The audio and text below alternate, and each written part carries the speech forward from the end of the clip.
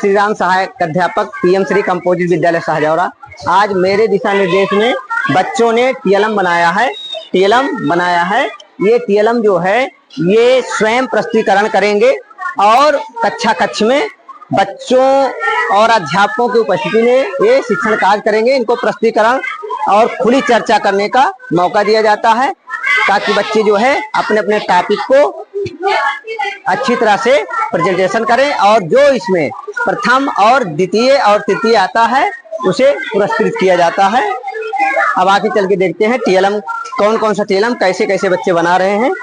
मैंने इनको दिशा निर्देश दिया है, जहां समस्या आता है मैं स्वयं बताता हूं बनाने के लिए कैसे कहां समस्या है, क्या क्या कमियां हैं, उन सब कमियों को सही करा करके इनका टीएलएम बनाने में सहयोग किया जाता है। तो ये पहला टीएलएम है आर्कमिडीज का सिद्धांत और ये दूसरा टीएलएम है चंद्र ग्रहण और जिसमें एक तीसरा एक टीएलएम है सूर्य ग्रहण, जिसमें सूर्य चंद्रमा पृथ्वी जिस प्रकार गति करते हैं ये है प्रकाश सीधी रेखा में गमन करता है। और ये टीएलएम जो है निर्माण किया गया है पाचन तंत्र, मनुष्य का पाचन किस प्रकार से होता है, किन किन अंगों के द्वारा होता है, इसमें पूरी तरह से वर्किंग मॉडल है। ये वर्किंग मॉडल है तैयार किया गया है। इधर क्या है, ये वाटर इंडिकेटर है जी। ये पानी जितना इसमें भरा रहेगा उतना ये इंडिकेट करेगा कितना % पानी भरा हुआ है इस टैंक में। इधर ये जल संवर्धन है, ये जल संवर्धन हाइड्रोफोनिक, ये जो है ये छतों पर खेती करने के लिए बनाया गया है। किस प्रकार से हम छतों पर खेती करेंगे, फूल फल सब्जियां आज कैसे हम छतों पर उगाएंगे बिना मतलब खेत का। और ये है रेन वाटर हार्वेस्टिंग, ये दोनों रेन वाटर हार्वेस्टिंग है। ये अभी चलिए टीएलएम बच्चे बनाए हैं। ये क्या है, ये हृदय का टीएलएम बना रहे हैं। अभी एक कार चल रहा है, इसको वर्किंग मॉडल बनाओगे ना तुम लोग? ठीक है ना, ये वर्क करेगा ना?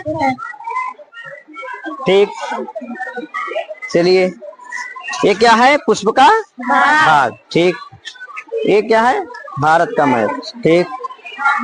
ये बल्ब है ना, इसमें लगाइए, इसमें तार और ये सब पूरा वर्क करे जैसे बताया गया उसी तरह आप लोग बनाइए, ठीक है। टीएलएम बच्चों द्वारा बनाया गया है और इसका उपयोग कक्षा कक्ष में किया जाएगा और बच्चों से भी प्रस्तुतिकरण कराया जाएगा ताकि बच्चे जो है ये जब प्रस्तुतिकरण करेंगे तो इनके अंदर जो है आत्मविश्वास बनेगा। और जो भी टीएलएम बनाए हैं इसके एक एक इकाई, इसके अंदर की एक एक इकाई तक ये लोग पहुंचेंगे, इसलिए इसको निर्मित करवाया जा रहा है ताकि बच्चे जो है ये प्रस्तुतिकरण करें अपने अपने टॉपिक का। तो हर बच्चे का अलग अलग टॉपिक है, अभी बच्चे अपना टॉपिक रख करके बना रहे हैं। इन बच्चियों ने कला क्राफ्ट बनाया है, ये थर्माकोल पे इन्होंने कला बना करके उसकी कटिंग किया है और इसको ये लोग बना करके ये विद्यालयों की दीवारों पर लगा रहे हैं, ठीक है। ये केशिकाएं हैं, ये क्या है, ये विद्युत बल्ब है, ये ब्रिक का चित्र बनाए हैं, रंगे हैं। इन्होंने पुष्प के प्रमुख भाग को बनाया है, इस पे सब पर नाम लिख डालिए, ठीक है ना, तभी तो बता पाओगे कौन नाम है, कौन सा मतलब यहाँ जायांग कौन सा है, पुंकेसर कौन सा है, इसका पूरा बाह्य दल कौन सा है, दल पुंज कौन है, सब पूरा पैरामीशियम का और अमीबा का चित्र बनाया गया है। ये बना करके इन्होंने थर्माकोल पर इसकी कटिंग की है। ये इन्होंने भी पुष्प के प्रमुख भाग, ठीक है ना, पुष्प के प्रमुख भाग इन्होंने हार्ट का चित्र बनाया है। तो अभी ये लोग फिर बना रहे हैं, इसके बाद इसको जब पूर्ण आकार देंगे तो ये और सुंदर होगा क्योंकि इसको पूरा ये टीएलएम के रूप में प्रयोग कर रहे हैं, ये टीएलएम के रूप में इसको प्रयोग करेंगे, ठीक है ना। इसके बाद ये पेंसिल टेढ़ी क्यों दिखाई देती है, ठीक है ना, ये है क्या है,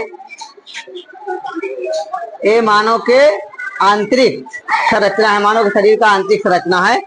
तो इस प्रकार से ये टीएलएम बना रहे हैं। टीएलएम बना करके जब ये तैयार हो जाएगा 3 बच्चों का जो है ये कला और जो क्राफ्ट है ये और सुंदर लगेगा। और ठीक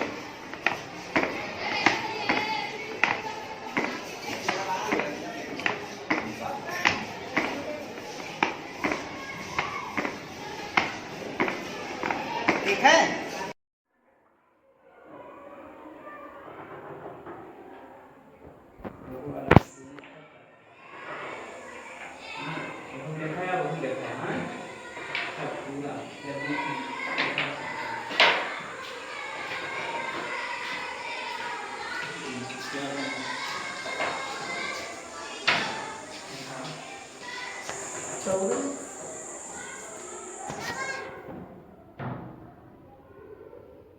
डालो उसमें।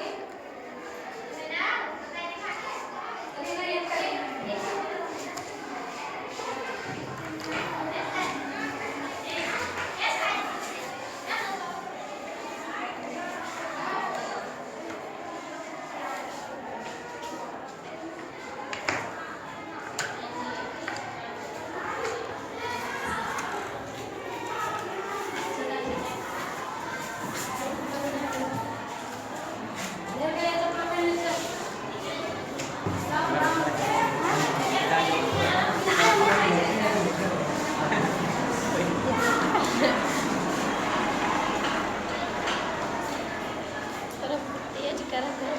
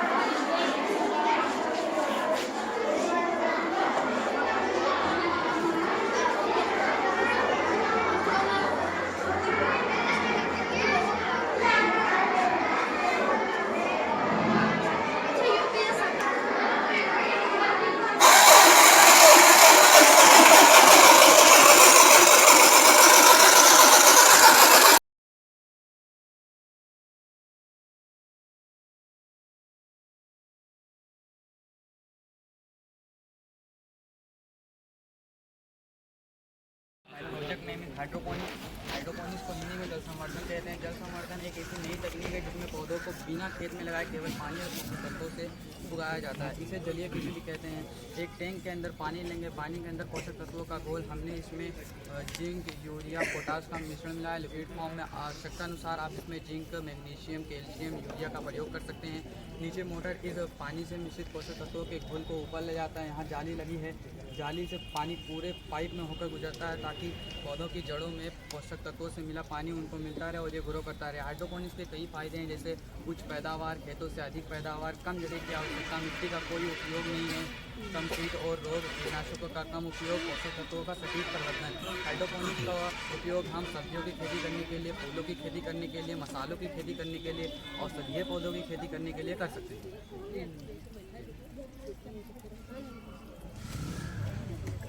बीच में बेटा क्या क्या ये फूल है, ये मिर्च का पेड़ है। इसके अंदर मोटर जो लगा है पानी इसके अंदर नीचे मोटर है, पाइप की सहायता से मोटर पानी को ऊपर ले जाता है।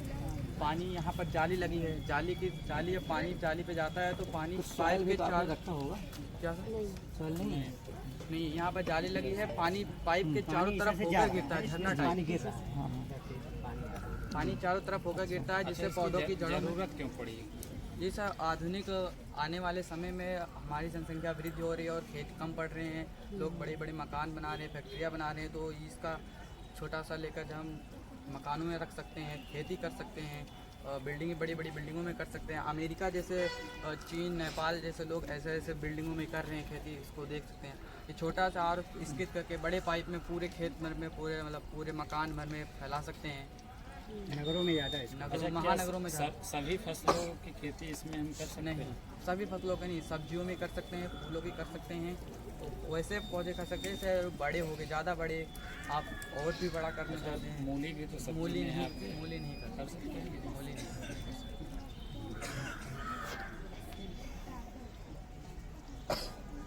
पोटैटो नहीं सर। नहीं कर सकते, मतलब सभी सब्जियों की भी नहीं की जाती। और जो सब्जियाँ वो पत्तियों, हरी पत्तियों वाली सब्जियाँ जो तने में फलते हैं वो कर सकते हैं। जड़ों वाले में जो जड़ में नहीं फलते वो नहीं कर सकते। वो नहीं कर सकते। जी। इसके भी कुछ लिमिटेशंस हैं, मतलब कुछ आप इसमें कर सकते हैं, कुछ नहीं कर सकते, कुछ के लिए आपको लैंड की ज़रूरत पड़ेगी। क्या नाम बताया आपने? अबू साहब।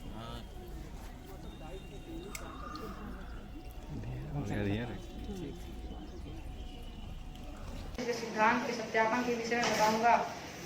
सर्वप्रथम हमारे पास एक लकड़ी का स्टैंड है, उसमें 2 पिन लगे हुए हैं और हमारे पास 2 स्प्रिंकलर है। पहले स्प्रिंकलर की सहायता से वस्तु का आकार हवा में नाप लेंगे, नाप कर लिख लेंगे 210। पहले पिन से लटका देते हैं। दूसरे स्प्रिंकलर की सहायता से छोटा जार लटका कर जीरो बैलेंस पर करके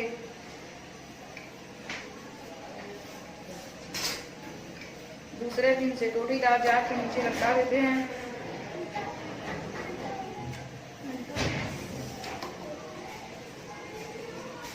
अब टोटीदार जार में पानी भर देते हैं।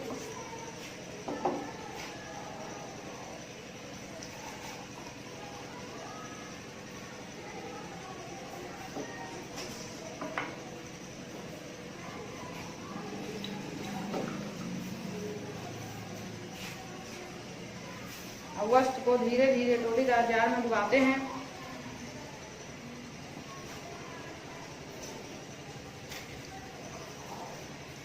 अब देखते हैं वस्तु द्वारा कुछ भार निकलकर छोटे जार में एकत्रित हो जाता है। अब वस्तु का भार पानी के अंदर देखकर स्प्रिंकलर में देखकर लिख लेते हैं।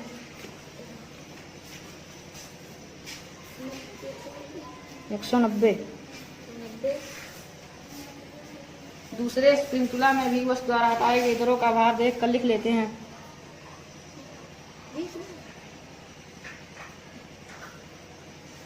20 ग्राम।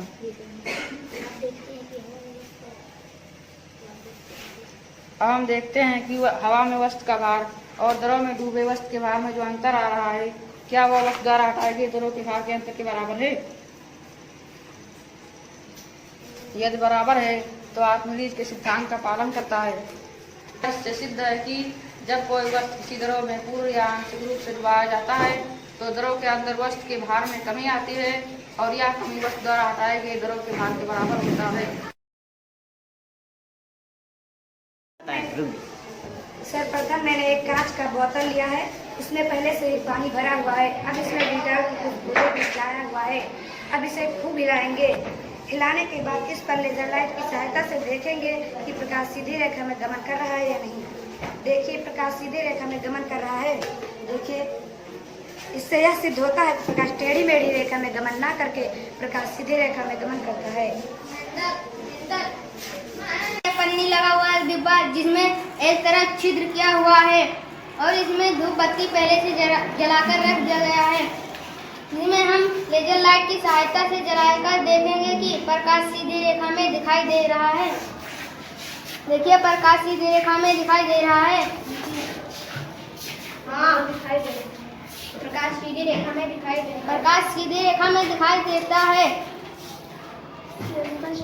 इससे स्पष्ट होता है कि प्रकाश सीधी रेखा में गमन करता है और प्रकाश टेढ़ी रेखा में गमन नहीं करता है। मैंने एक स्टैंड लिया जिसमें 3 कार्डबोर्ड लगा हुआ है। तीनों कार्डबोर्ड के बीच में छिद्र किया हुआ है। एक तरफ टॉर्च जलाकर देखते हैं कि प्रकाश दिखाई दे रहा है। आइए देखिए प्रकाश दिखाई दे रहा है जी। अब बीच के कार्डबोर्ड को इधर उधर कर देते हैं। अब देखिए प्रकाश दिखाई दे रहा है। आइए देखिए प्रकाश दिखाई दे रहा है नहीं। क्योंकि बीच में अपारदर्शी माध्यम आ जाने के कारण प्रकाश दिखाई नहीं दे रहा है। यदि प्रकाश टेढ़ी रेखा में चलता तो टॉर्च का प्रकाश काट के इधर उधर कर देने पर भी दिखाई देता, लेकिन प्रकाश टेढ़ी रेखा में गमन न करके प्रकाश सीधी रेखा में गमन करता है।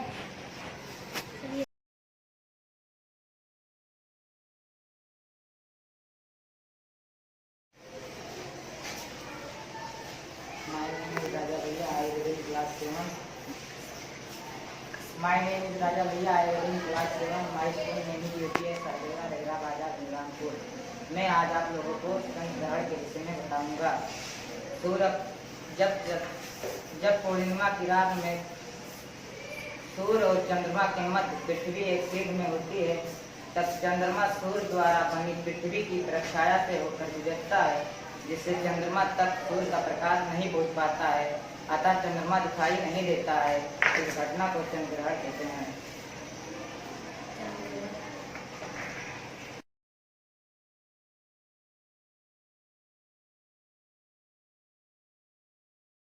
स्टेडिंग क्लास है। मैं सभी लोग को सूर्य ग्रहण के बारे में बताने जा रही हूँ। एक है लकड़ी में 3 स्टैंड लगे हुए हैं। एक है सूर्य और दूसरा है चंद्रमा और तीसरा है पृथ्वी। सूर्य किसकी चक्कर लगाता है? सूर्य ग्लेसी का चक्कर लगाता है। चंद्रमा किसकी चक्कर लगाता है? चंद्रमा पृथ्वी का चक्कर लगाता है। पृथ्वी किसकी चक्कर लगाती है? पृथ्वी सूर्य की चक्कर लगाती है।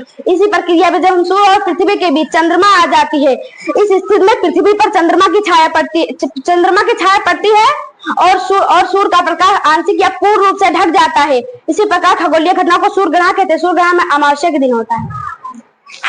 Thank you.